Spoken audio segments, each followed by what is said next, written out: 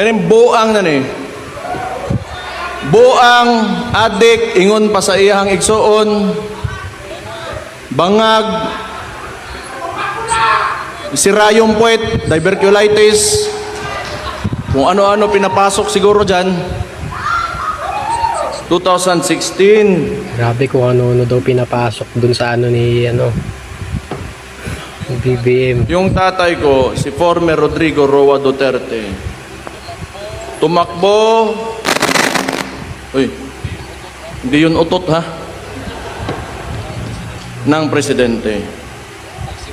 Nagsimula sa may survey 15 to 20%. Okay? Ngayon, lumabas siya sa kampanya at sinabi niya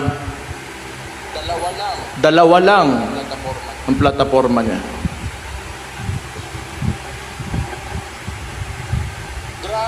Drugs and criminality and corruption. Tatlo pala. Bobo ako sa mat eh.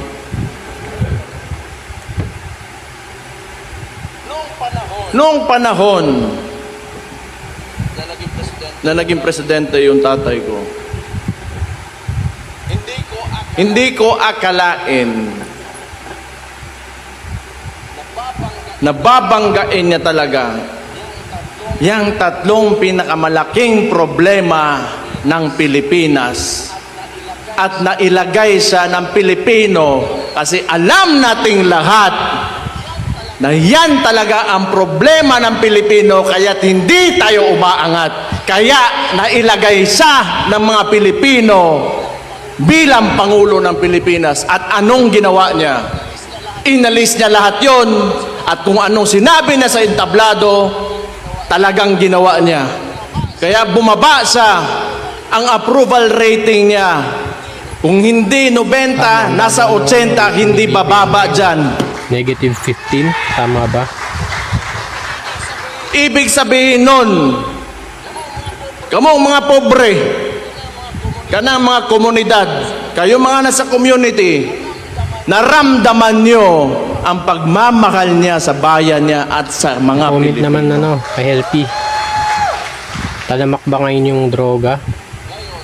Ngayon, Totoo kaya yung sinasabi nila? my father, his core, is a lawyer. He doesn't want to amend the Constitution, to change the laws or whatever to extend these terms. Because he respects the Constitution. Ngayon, tatanungin ko kayo. Kung kayo pagpipiliin ng panahon na yon, kung kayo lang, hindi galing sa kanya, itutuloy nyo ba yung termino niya? Panahon ni Digong, syempre itutuloy natin. Itong si Marcos, Marami kasing pagbabago na nangyari nun eh. kaning buang na ni. Buang adik ingon pa sa iyang igsuon. Bangag sirayong puwet, diverculitis.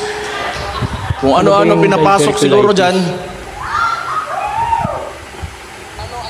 Ano achievement Comment nito? naman.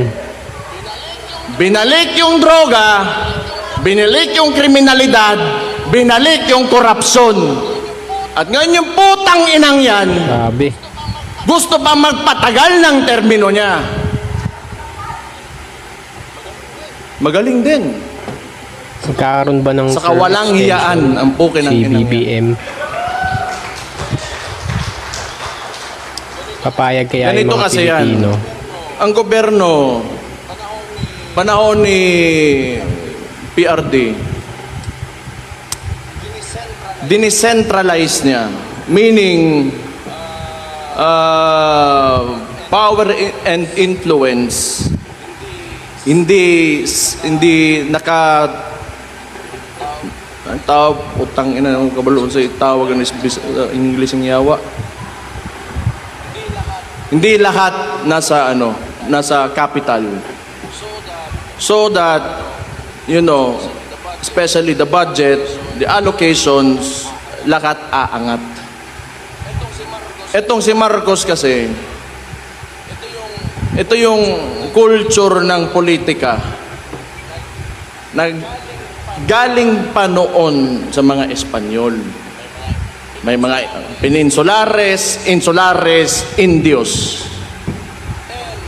And yung mga kolonistang yan, the Spaniards, nung binigay tayo sa mga Amerikano, Grabe si Mayor Baste. hanggat Alam sa din yung history, nagkaroon tayo ng so-called independence, hindi nila inalis ng sistema na yan.